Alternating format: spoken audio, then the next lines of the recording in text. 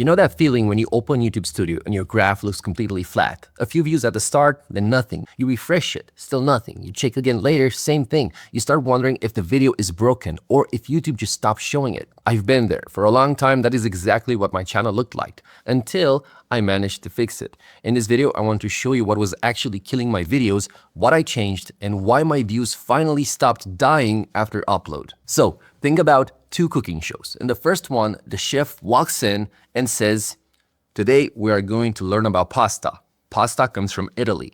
It is made from flour and eggs. There are many shapes. Now, in the second show, the chef walks in, grabs a pan, throws it in the flame, pasta, garlic, olive oil, the smoke is in your face, you can almost smell it, and the chef just starts cooking. So now let me ask you, which show do you want to watch? Think of these two shows as videos. I have made both kind of videos. Early on, I thought being helpful meant explaining everything. I would spend the first 2 minutes setting up context, defining terms, making sure nobody was confused. But my retention would drop as soon as the video started. Then I figured out something. People don't want to be taught. They want to see something happen. When you try to explain yourself too much, when you try to explain your video too much, you're just like a teacher at a blackboard. It gets boring. How many of you remember being teenagers getting bored during class because the teacher didn't know how to grab your attention? This is the biggest mistake new creators make. They over-explain instead of showing.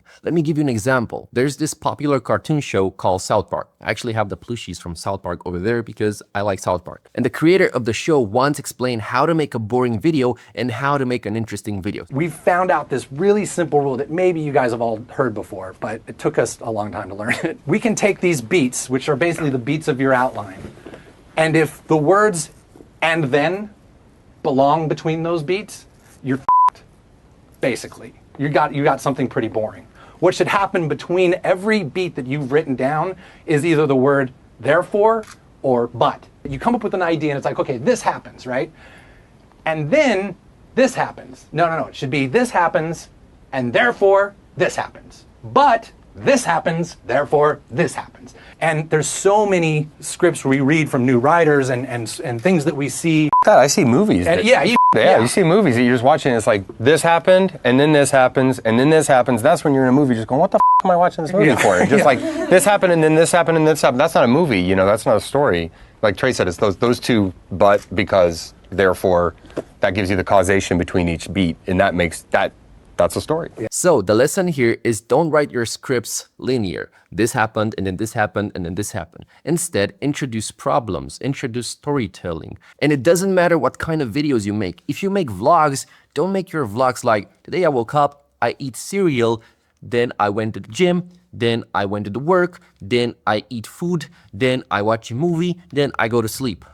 It's boring. This used to work. Vlogs like this used to work in 2010, 2015, but now vlogs need to introduce problems, twists, and as I said, the same lesson applies to any type of channel. Doesn't matter if you're a faceless channel, if you're a documentary channel, if you're a cooking channel, if you're a fishing channel, you need to introduce problems and storytelling in your videos. And I know it might seem hard at first, but there are tons of videos on YouTube which teach storytelling. Not only that, but you can also join my community where I actually teach storytelling. I teach people how to edit videos and how to grow on YouTube. I have courses there.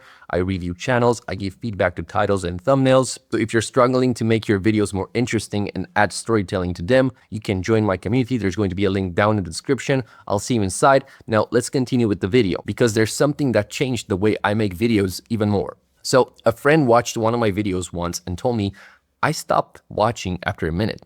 I did not care about your story yet." That was hard to hear. I thought the story was the interesting part, but he was right. Think about it. If a stranger walks up to you on the street and started telling you about their problems, their goals, their journey, would you care?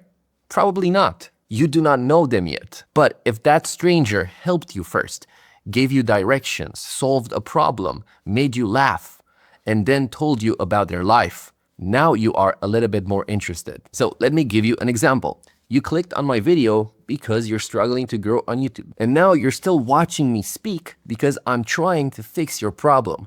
I'm trying to help you. That's the only reason why you're watching my video right now. When you watch a gaming YouTube channel, you probably just want to be entertained. When you watch a cooking show, maybe you're just hungry or you want to learn how to cook. But you see, you always have a reason why you're watching a specific video. So now ask yourself, what does your channel help your viewers with? If you create entertaining content, is it entertaining them? If you create educational content, is it actually educating them? Because if it's not, and you just talk about yourself too much, they don't care. But you can still lose viewers if you make this next mistake.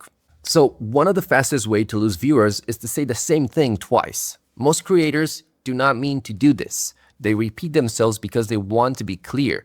They explain a point, then worry it didn't land, so they explain it again. But believe it or not, viewers actually get it the first time. When you repeat the same idea, it does not feel helpful. It feels like the video is slowing down. That's often the moment when viewers check how long the video is, or skip ahead, or leave. Here's a simple way to fix this. After you write your script, read it out loud. Every time you hear yourself making the same point again, ask one question. Does this add something new? If it does not, cut it. If you worry the viewers didn't understand the first time, do not repeat yourself. Fix the first explanation. Make it clearer. Make it easier to picture, to visualize, to understand. And I want to share a trick with you that made my old videos, which were flat, they were stagnating, get views again. So you probably know or don't know, but inside YouTube, you can actually edit your videos. There's like a video editor. And the most powerful tool the video editor offers is the option to cut your video. You can cut parts of your video you don't want to show anymore. So what I like to do is after I post my videos, I wait 1 week or 2 weeks and I look at the retention graph.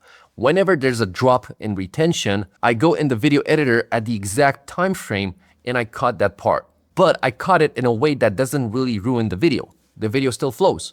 I just cut the part that seemed to be repetitive or boring. Not only that, but I rewatch the entire video. And if I feel there's a part that is repetitive, I also cut that part. So let's say the video is 15 minutes long. I cut it down to 12 minutes. I cut 3 minutes of it because they were repetitive. And after I do that, a few days later, or sometimes a few weeks later, my video starts to get more and more views because the retention increases. The average view duration increases. So this is a trick I've been doing for quite some time now. I didn't really want to share it on YouTube. This is usually the type of information I share inside my community. As I said, I have a private community that costs a one-time payment to join. And after you join, you get lifetime access to my courses. You get the chance to talk with me. I will help you grow your channel, review your thumbnails, review your titles, review your thumbnails. This is basically what I do inside the group. I help small creators grow. I give them ideas. And not only that, but as I said, you get lifetime access to the courses. You also get lifetime access to my thumbnail tester tool. So if you like what I'm teaching and you want to work with me, you want me to help you, you can join the community. There's going to be a link down in the description where you can join my community. Now, I want to share the reason why this channel you're watching right now blew up in the last 5 months. Literally, I'm going to show you the analytics.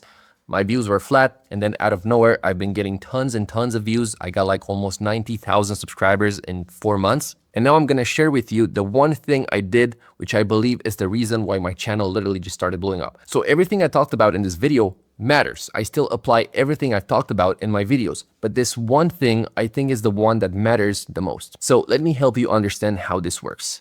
I once stayed up until 3 a.m. watching a TV show I did not even like that much. It wasn't really a great show. The acting was fine, the story was okay, but I still couldn't stop watching. Why? Well, because every episode ended with something unfinished. A question nobody answered.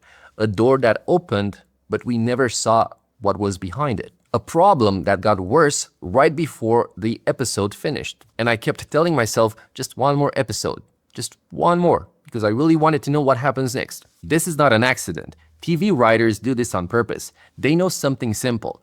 If they give you everything, you leave. But if they leave something open, you stay. Think about it. When you finish eating, you leave the table. When you finish a book, you close it. When something feels complete, your brain says, okay, done, time to move on.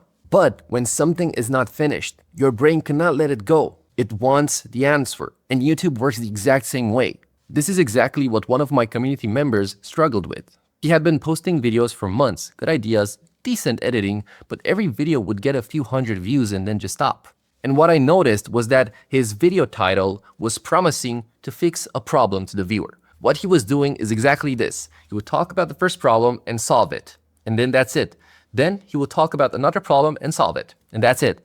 But if a viewer clicked on your video because the title promised to fix one problem and you fixed that problem in the first 3 minutes, then the viewer has no reason to watch the other problems. So what you need to do, and what I taught him to do, is to introduce these transitions between problems. Basically, after you finish one of the problems, you now transition to the next problem by saying something like, even if you fix this first problem, you still need to fix this other problem, otherwise it won't work. So now the viewer doesn't feel like the video is complete after the first problem. The viewer feels like he should watch problem number 2, point number 2, if he really wants to solve his problem.